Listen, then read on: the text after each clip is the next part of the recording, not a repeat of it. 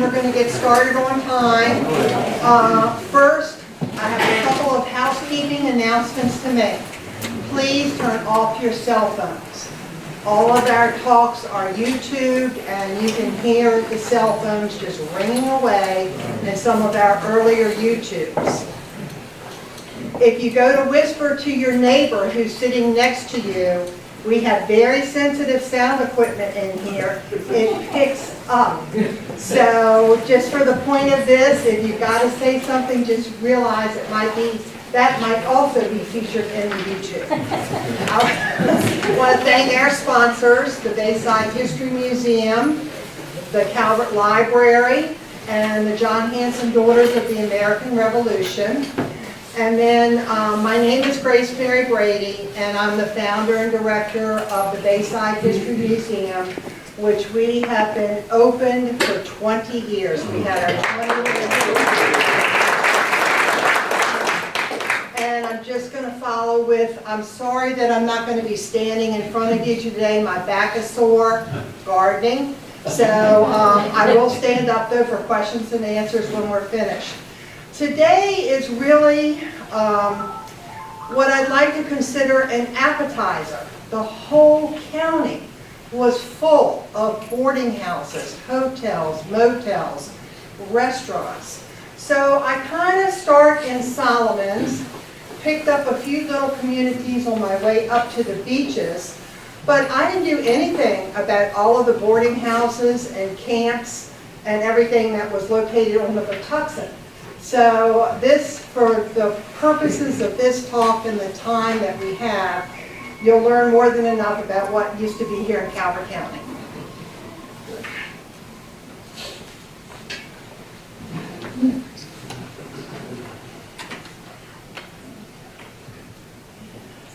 Again, here's some acknowledgments, but I really have to do a special shout out to Robert Dodds and Peter Hurry, who had a wonderful career at the Calvert Marine Museum. Most of the stuff that I have in Solomon's, I worked with them on pictures and information in order to bring you this presentation. They're both retired, and I hope wherever they are and whatever they're doing, that they're having a great time. I'm going to start in Solomon's. This is Avondale, and Willis and Samantha Overton purchased the lot in 1892, built this very large home. They stayed in this home until about 1909 when the Somerville family moved into the house and kept a store. While the Overtons owned it, John and Bessie Marsh, who were very famous, known Solomon's family, ran a summer boarding house named Avondale. In the 1930s, room and board was available for $10 a week. The Davis House. Clarence Davis was down there where I have the red circle. You can see the Eastern Shore Trust Company Bank in the middle. Webster Stores to the right. The Webster family is still a very important part of Calvert County and South Anne Arundel County history. This photo was taken about 1930. The residence of Clarence Davis, who you'll see later, he owned the Davis Shipyard, which operated from 1875 until 1918. Today, this very location is the Victorian Inn. Recker's Hotel, again built in 1922 by the Recker family. It was right next to Webster's store. It operated until 1961 and it was torn down. During the time it operated, it had 28 rooms, 2 baths, electric lights was a real big fancy advertising amenity. It had running water and stood 2 stories high. Inside the hotel, they had an ice cream parlor, a large dining room, and weekend dancing. The Navy leased the entire hotel during World War II for $1,000 a month. It was demolished in 1961. Here's an old picture of the Webster store and Rikers Hotel together. The Tiki Bar exists on this location today. So some people will admit going to the tiki bar, some will say they've never been to the tiki bar, but before we had the Calvert County Tiki Bar, this is where those businesses were located. Abel's Inn, it was a regular house. It got turned into a rooming house in 1931 by Mrs. Olivia Abel. She rented 6 rooms upstairs. Her husband had died of flu in 1934, and by 1936 it was closed. The Langleys got this during World War II. They ran the business, they added a dining room on the first floor, and several years later they sold the property. And this is one reason why I so appreciate Mr. Dodd and Mr. Hurry. They actually found and saved a picture of Langley's lunchroom that was in that old home. And I think that's just so nice. Bowen's Inn. A lot of us who've been around for a while, I won't call us old timers, but we went to Bowen's Inn. It was built in 1918 by George Mortimer Bowen. He used to be an oysterman. It became one of the favorite places to go for people who were going fishing. It had a great reputation for wonderful food, waterfowl hunting trips, and the first open-air bar. So if you think the tiki bar was the first, it wasn't. Bowen's Inn had it before they did. The inn was pretty destroyed by fire in May of 2006. Here is a gift shop from the, wait a minute. Okay, so now here's the gift shop to the left of that. Here's the Locust Inn, which was purchased by George and Catherine Condiff. They don't know when the original house was built, but in 1905 a large addition was constructed, and by 1906 the boarding house was packed. The rates in 1927 were $3.50 a day, or you could get it for a whole week for $18. The dining room held 75 people and 22 guests could rent a room. The property was sold in 1968. The house actually survived until April of 2017 when a fire was started at midnight. Unknown suspects entered the vacant structure. They intentionally set it on fire. The investigation for arson, and they never made any arrest. And I went down and took a picture of it because the whole inside of it was black and gutted by fire. The Northampton. This was built by brothers William and Lorenzo Northam. They opened for business in 1902. It was also a 16-room boarding house. It was located very close to the Steamboat Wharf, and at some point its name was changed to Northam Hotel, and by 1907 it was turned into their private residence, and it stayed in the family until 1960. In 1970 the property was acquired by the Biological Laboratory in Solomons, and a new building was erected on site. Here again is Bowen's Restaurant. And so many of us used to go there. It's right next to what was the Lighthouse Inn. The Bridge House was a 3-story boarding house. It was purchased by the Catholic Church in 1924. The people that owned it were named James and Grace Weems. And so far there's very little history on the Bridge House. If you're in Solomons and you've gone to the Marine Museum and you're going to head down to the Tiki Bar, and you go across the little bridge that actually connects, right there, if you see this church property, that Bridge House was right there on that corner. As I go back and forth, you can see the church to the right of what I have circled, and then there's a better today picture of the church. The Olson House was also one of the old properties in Avondale from 1878 to 1945. It was built on Calvert Street in 1906. They added on to it in 1923. It became a boarding house and a dining room. It operated until 1945, which was World War II, and during that time, most of the guests stayed for the fishing. There was a small building in the back of the house where Ollie, one of the locals, repaired sails and made rigging. This is the former site. This is the former site. So glad that people were able to save so many of these properties. Captain TJ's was also in Solomon's. It's been there 125 years.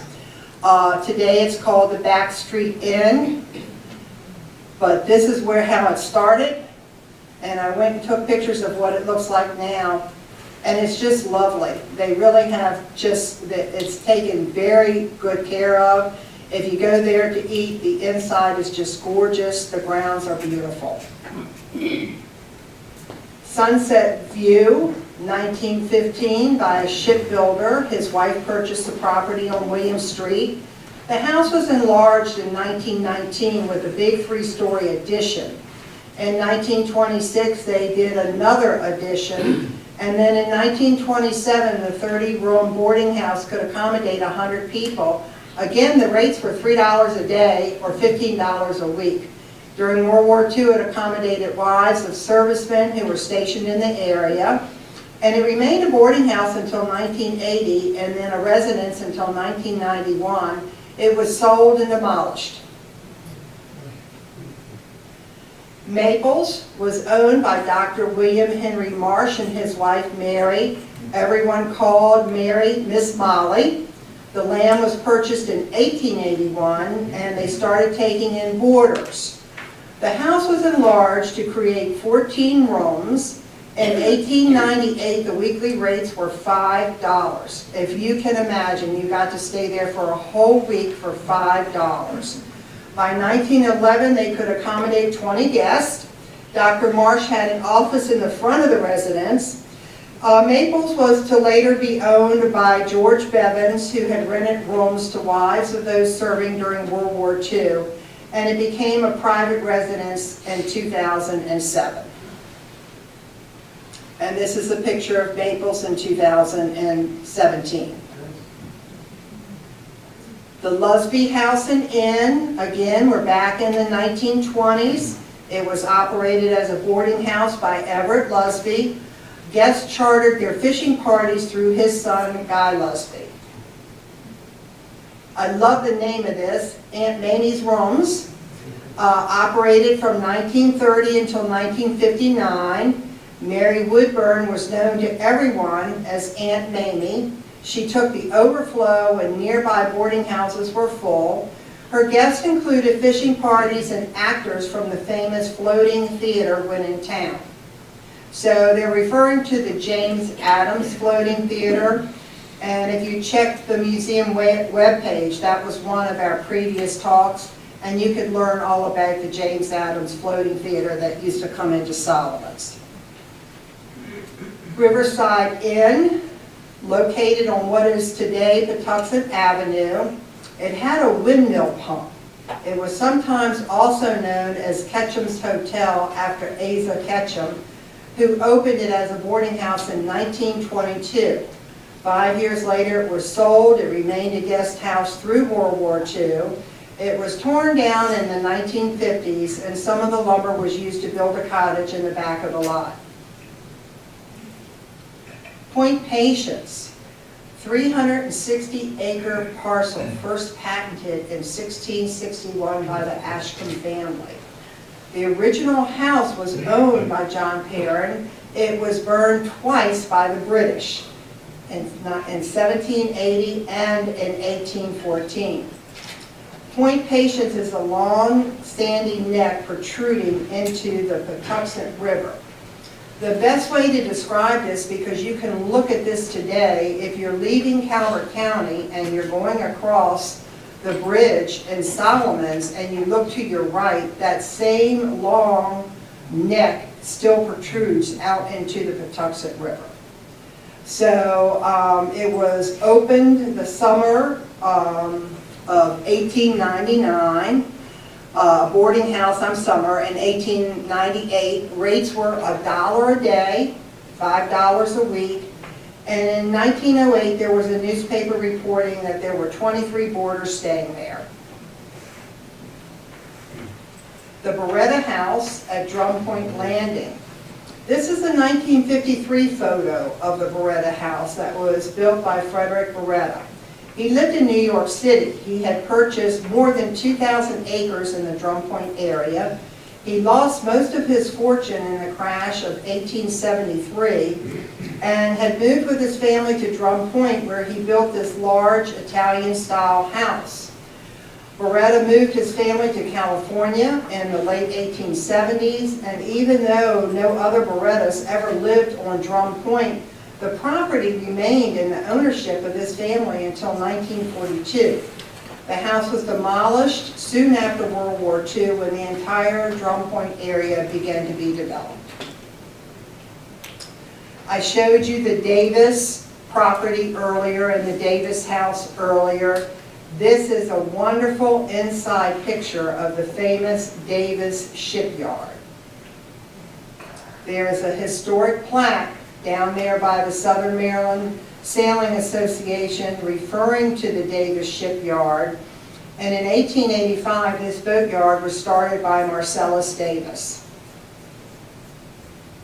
That's a huge boat for anybody that's thinking about building their own boat.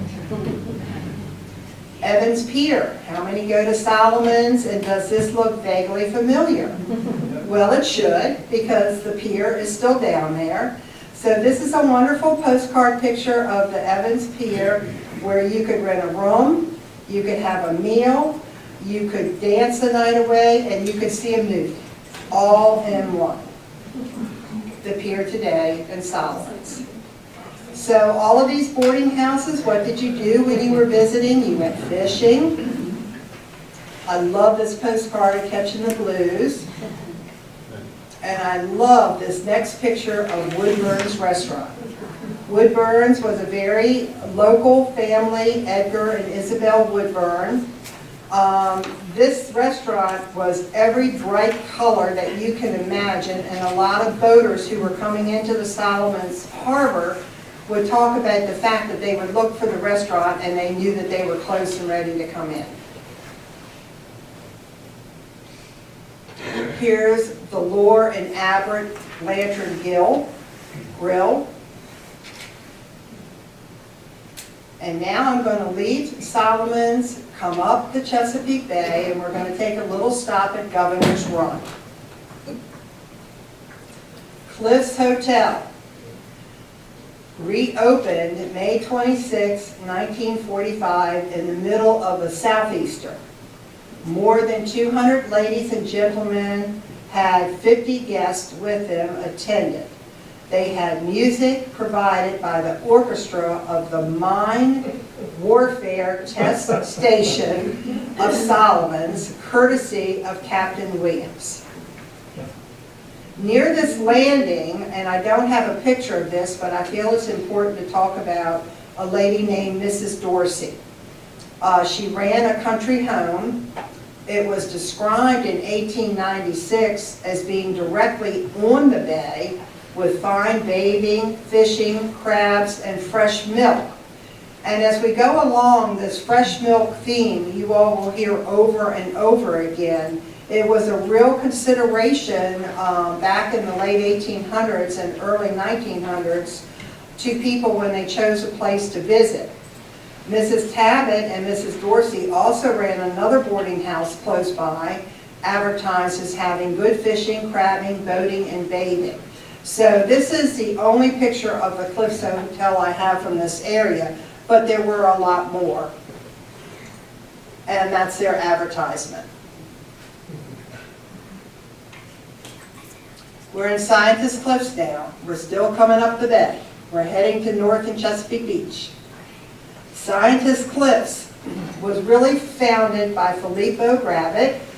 He had the intention of creating a very affordable vacation and residential community that would promote the protection of the natural environment and the advancement of science. That's a nice way of putting it, because the covenants at that time, you had to have a PhD. You had to be a scientist to live at Scientist Cliffs. You could not buy property there if you were not. This chestnut cabin, it was built in 1938, and it was occupied by day trippers, but it was also rented out.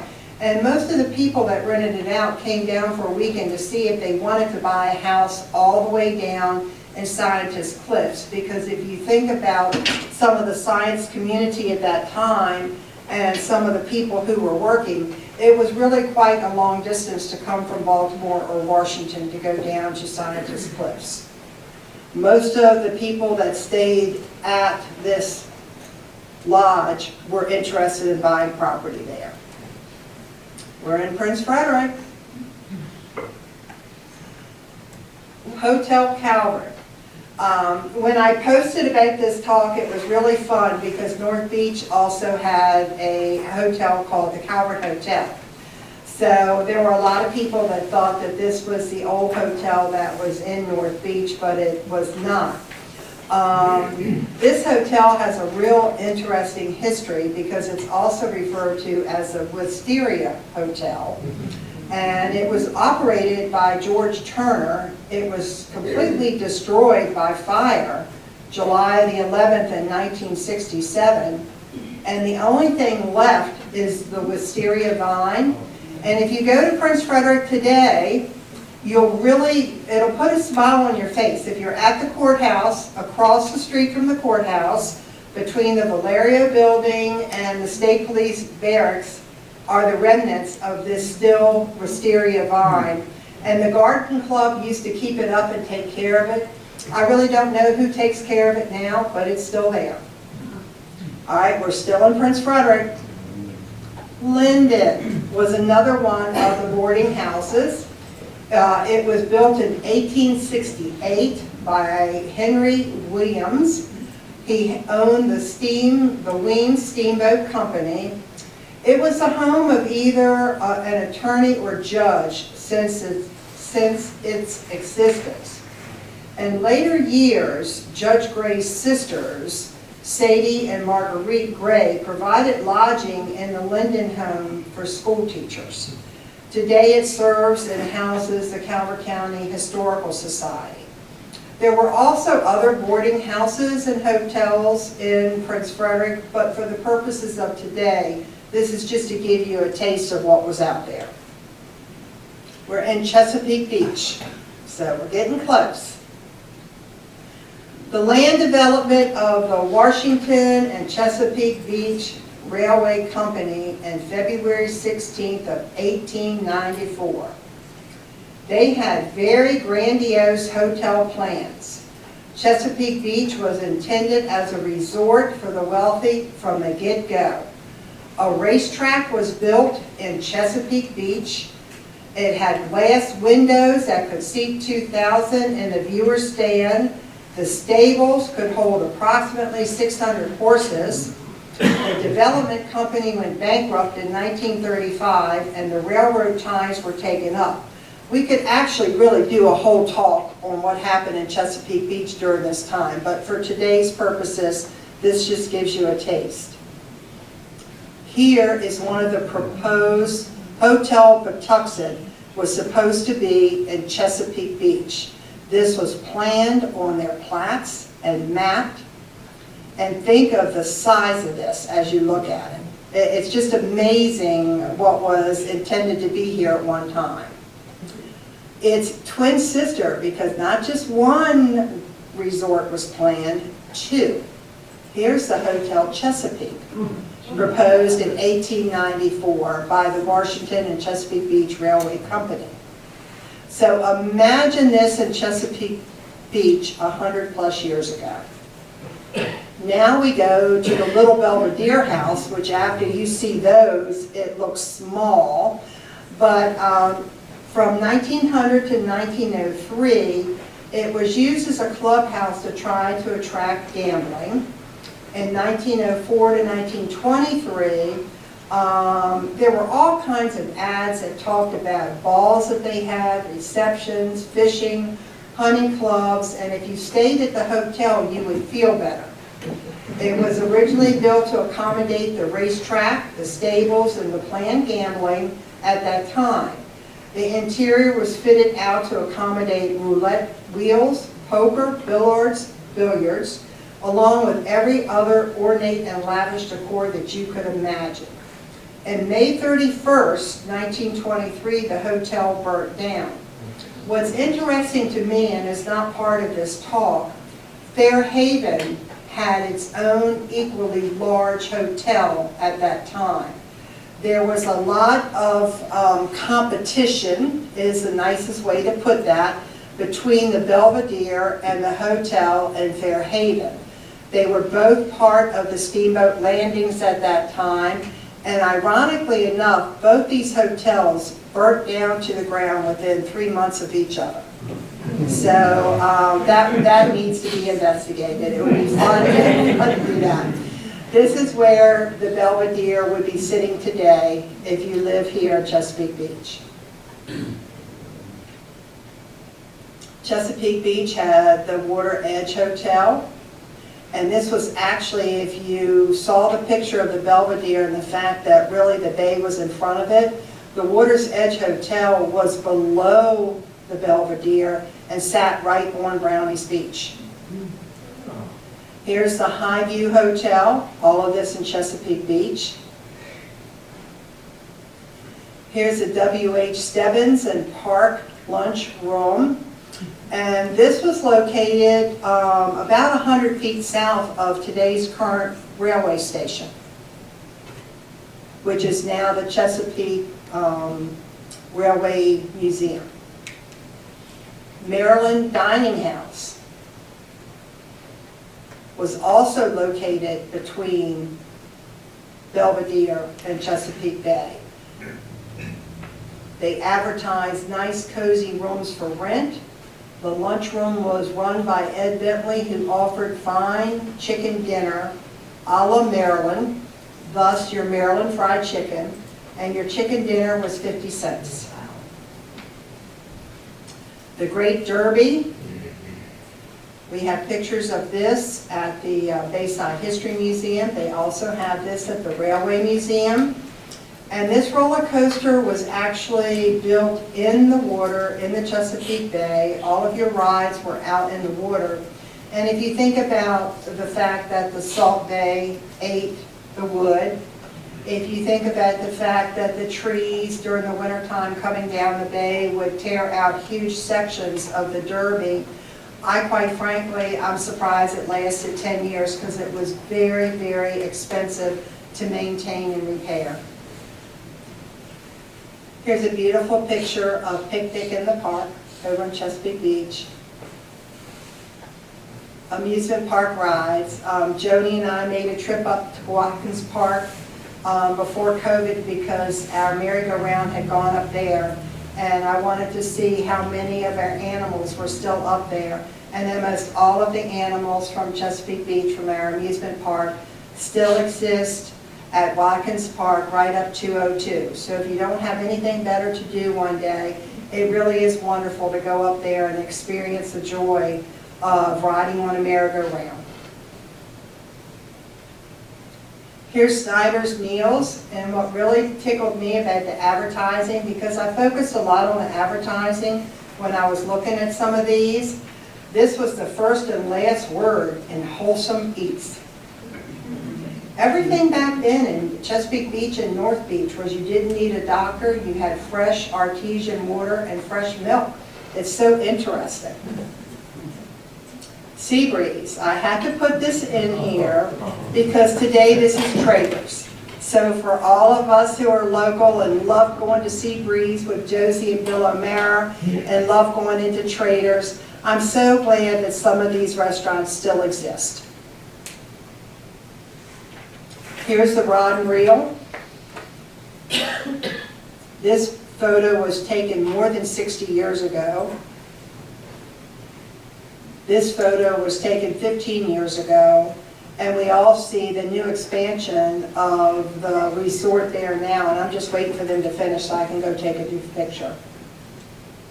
A lot of us really enjoy going to Stennett's.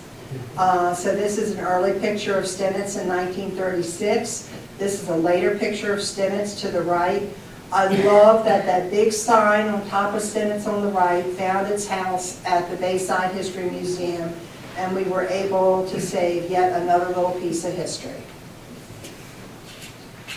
We're in North Beach. Again, all the ads. North Beach had a reputation for high-class, home city, with breathing space sufficient to give one all the pleasures of a high-class seashore resort. Where's Nikki? I have to turn something off, a note came up. A city where the living expenses were for the grocer, and again, not for the doctor, and you could procure a home by the sea for $100 to $300 by showing up at the Calvert Hotel. This is the Calvert Hotel in the 1900s when John Hayes was using that for his office and to rent out rooms for people to buy lots in North Beach.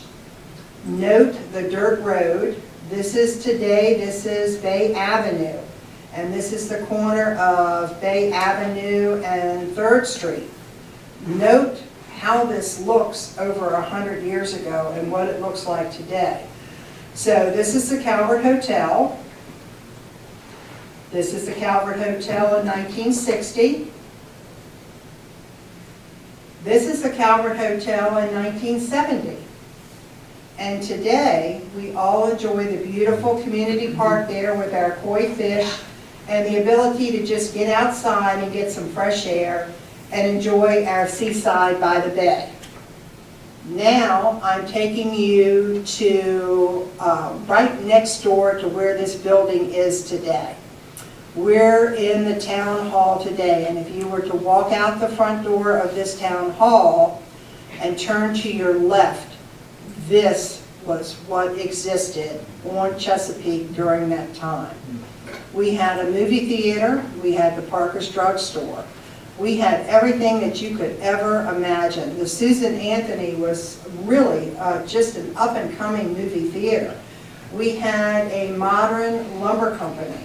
It would be a little bit later when my grandfather would buy out that Reagan Motor Company and create the Meade Lumber Company. One thing I want to show you about these homes, if you, let me get this little, well,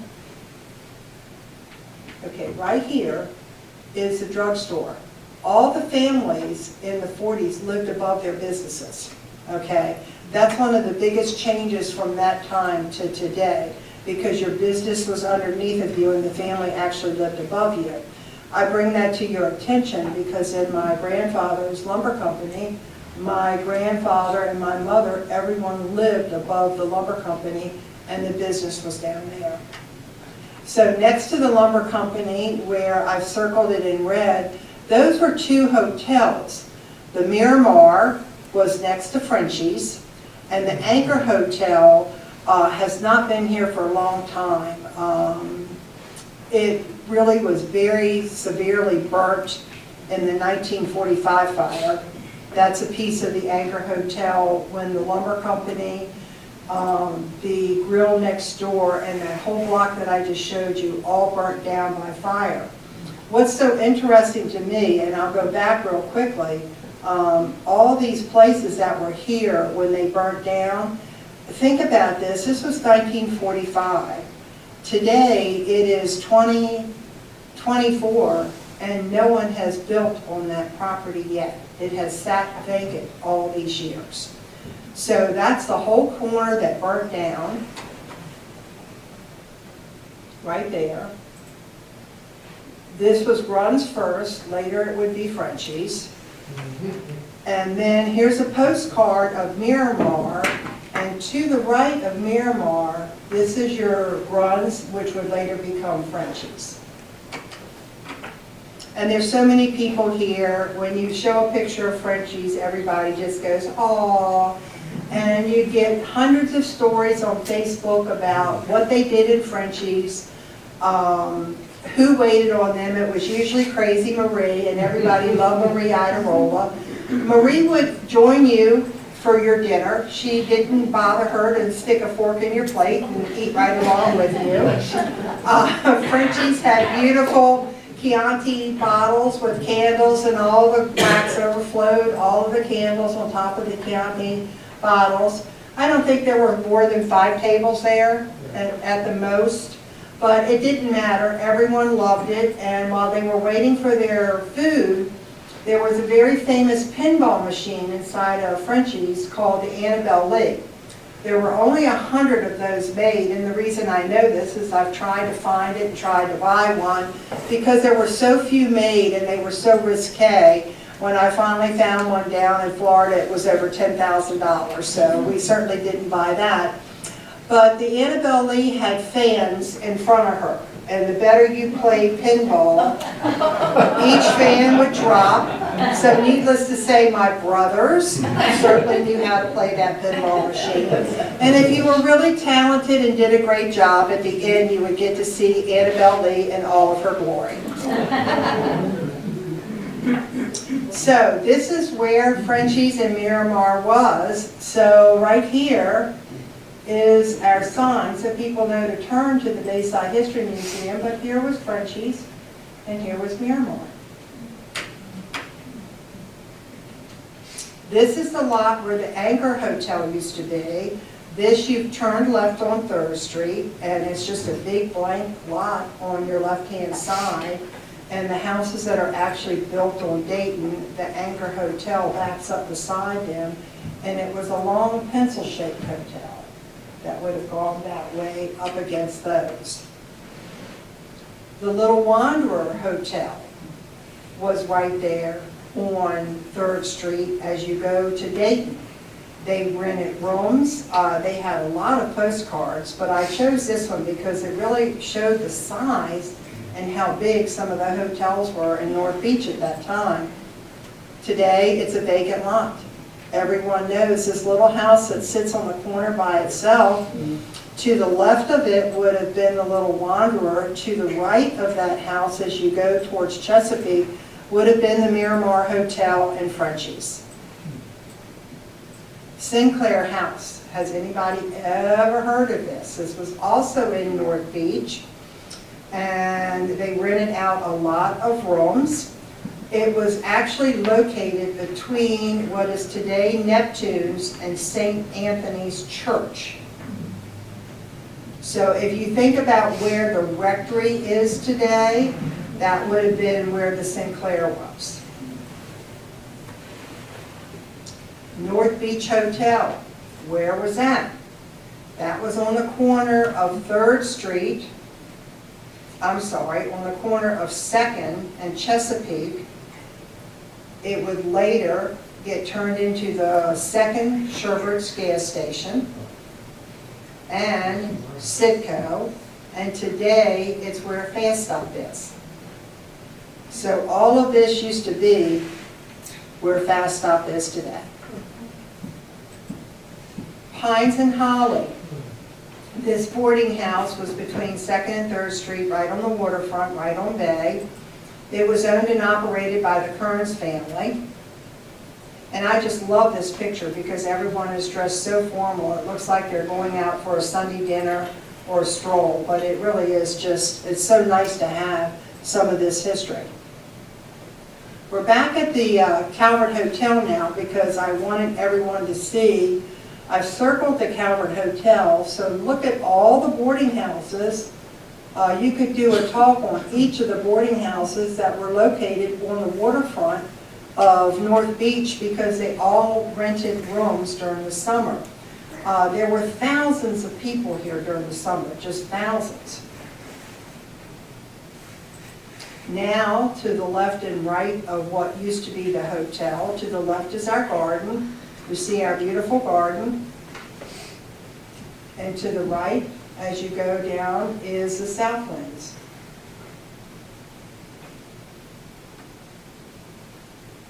West Lawn. West Lawn is our last remaining rooming house, boarding house, whatever you would want to call it. I refer to it as a boarding house. From 1936 to 43, LOS owned this. Then Fannie Chamber in 1950. Then Alcee Chambers to 1976. We had to do a lot of deed research to figure out everyone who had owned the West Lawn Inn at one time. Then Denise and Linda Travers owned it from 1993 to 1999. Lee and Jan Travers owned it from 2001 to 2022. It was sold by Lee and Jan, and it's now leased to City Sliders. And here's that picture so I could include. It was ironic to me that they turned a boarding house into a restaurant and then had to build a boarding house next door. So that's why I put that picture in there, because I thought that was kind of funny. Murphy's Hotel. This picture was taken in 1954 during the county's tercentenary. I really want you to notice all of the hotel space back here. And over here to the right was a local barbershop.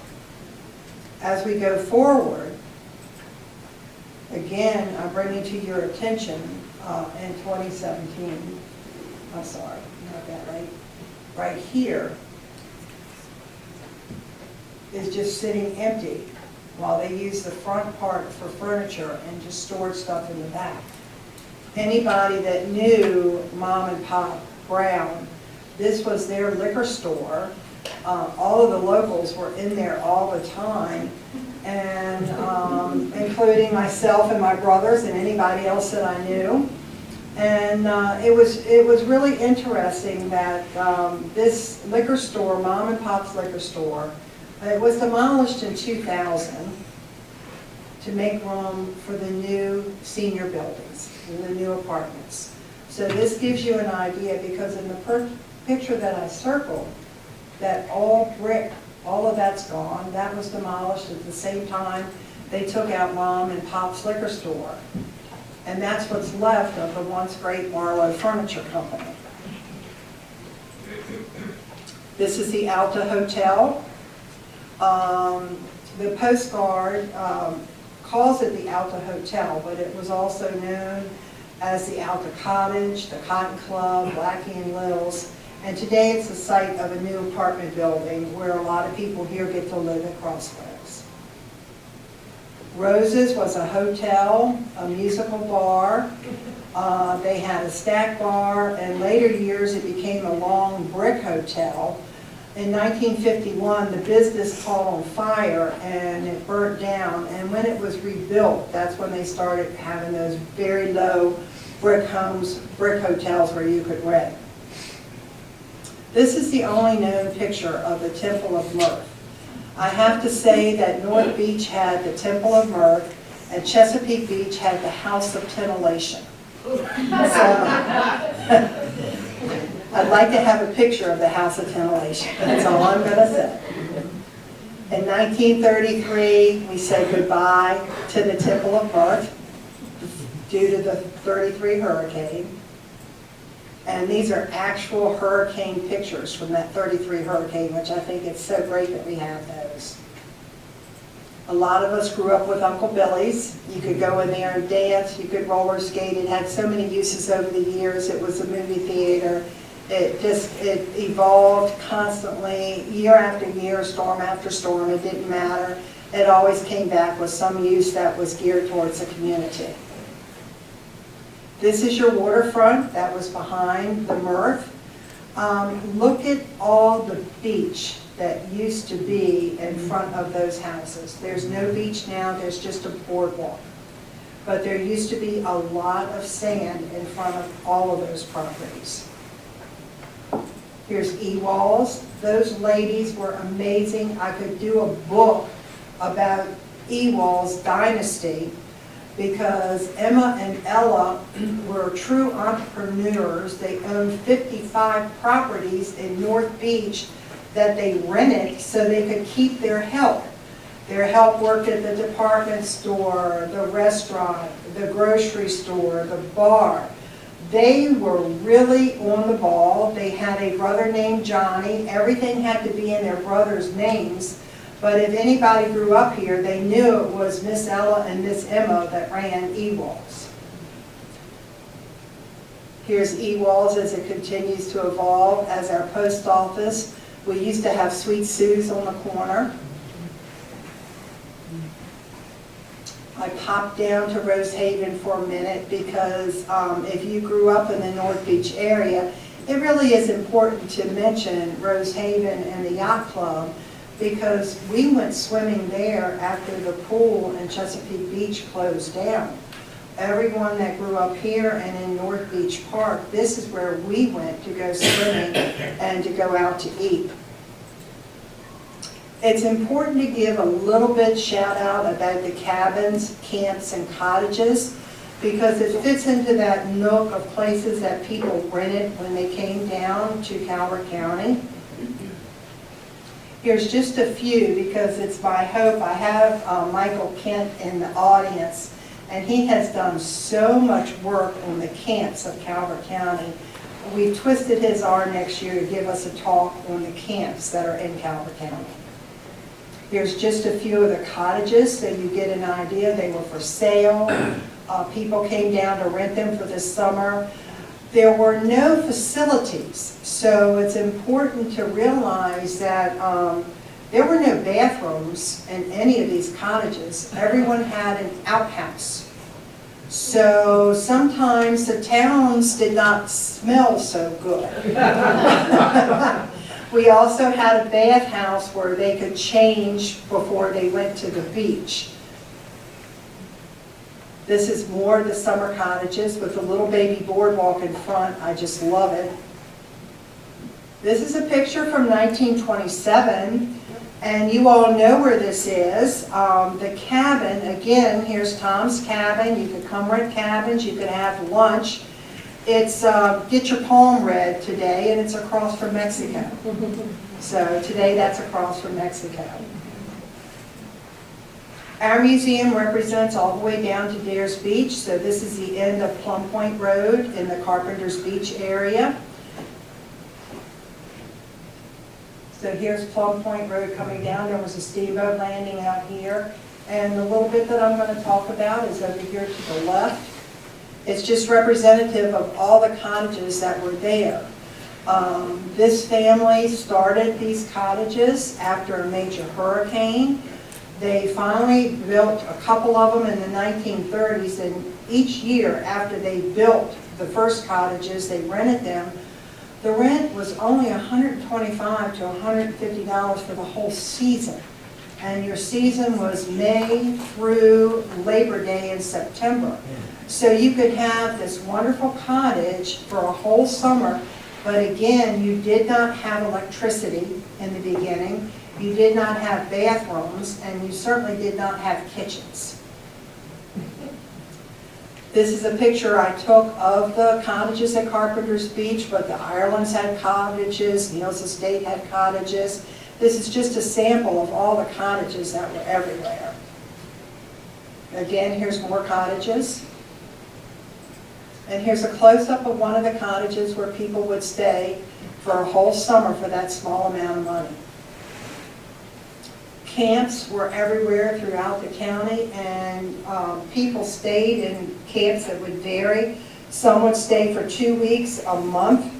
These are pictures of Camp Roosevelt, which is in Chesapeake Beach. Here is the old mess hall at Camp Roosevelt. Here is an interior picture of the mess hall at Camp Roosevelt. They had more than 2,000 scouts every 2 weeks. We still have a reunion at the museum for the Scout Masters, because if you think about it, it has not been used as a Boy Scout camp since mid-60s. And the mess hall, my parents had turned that into their home.